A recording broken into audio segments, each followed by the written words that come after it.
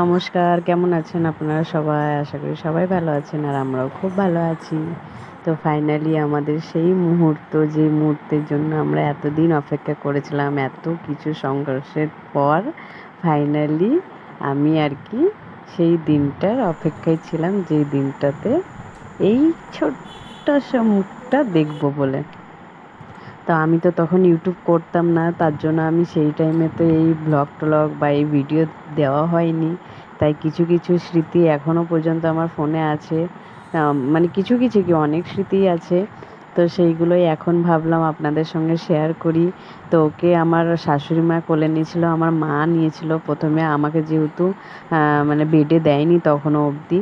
আর আমার যেহেতু ফিডিং হতো না, সেই জন্য ওকে বাইরের থেকে নিয়ে এসে খাওয়ানো হচ্ছিল।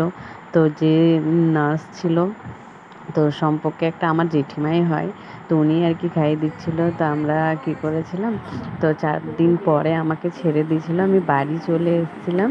আর লকডাউনের কারণে তো আমি শ্বশুরবাড়ি যেতে পারিনি, আমি বাপের বাড়িতেই মানে পুরো বছরটাই ছিলাম, 1 বছর অবধি।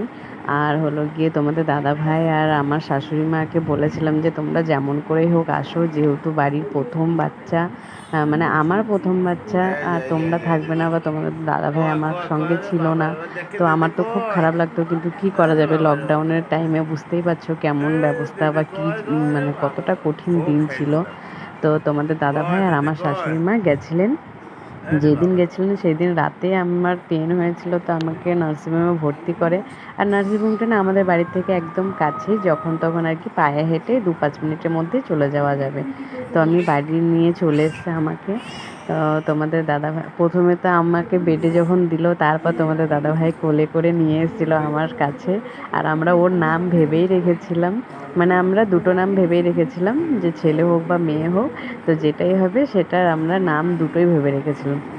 তা আমাকে কোলে করে নিয়ে আসলো আমার কাছে, যেহেতু আমি কোলেও নিতে পারছিলাম না, সেই জন্য আমাকে খালি বললো যে আমাদের মানে সেই নামটা বলে বললো যে হয়েছে। তো আমি তো খুব খুশি যে আমরা যেটা চেয়েছিলাম সেটাই হয়েছে আর কি। আর আমরা সত্যি কথা প্রথম থেকে মেয়েই চাইতাম, যেহেতু আমার খুব মেয়ের শখ ছিল, আর তোমাদের দাদা ভাইয়েরও মেয়েরই শখ ছিল, সেই জন্য মেয়েই হয়েছিল। আর আমার বাবা তো সবসময় বলতো যে মেয়েই হবে মেয়েই হবে, মানে আমার বাবার আর কি, মানে যেহেতু আমি একটাই মেয়ে আর অনেকটা দূরে বিয়ে হয়েছে, তাই। তো আমি সেদিনের মানে একসঙ্গে কিছু কিছু ব্লগ একসঙ্গে করে দিয়েছি, যে আমাদের সূর্যকে পুজো দেয় 21 দিনে, তারপরে আর কি সবাই কোলে টোলে নেয় বা কিছু। তো আমি এই যে ঠাকুরমশাই পুজো করছিল আর আমি কোলে নিয়ে বসেছি। তো আজকে ফাইনালি আমি স্নান টান করে মানে বাচ্চাকে আজ থেকে সবাই কোলে টোলে নিতে পারবে বা কিছু। আর আমার শাশুড়ি মা চলে গেছে বম্বে, যেহেতু 6 দিন যখন ছিল এই বাচ্চাটা, মানে কিট্টু, তখনই চলে গেছিলেন। তারপর হলো গিয়ে আমার আবার আসবে যখন ওর হয় না মুখে ভাত হবে তখন।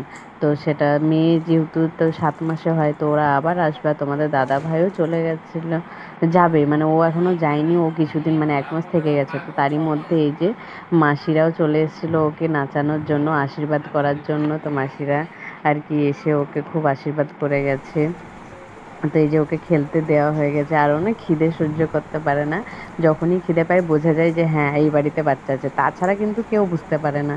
তো তোমাদের দাদা ভাইও চলে যাবে, তো এই ব্লগটা না এখানেই শেষ করলাম।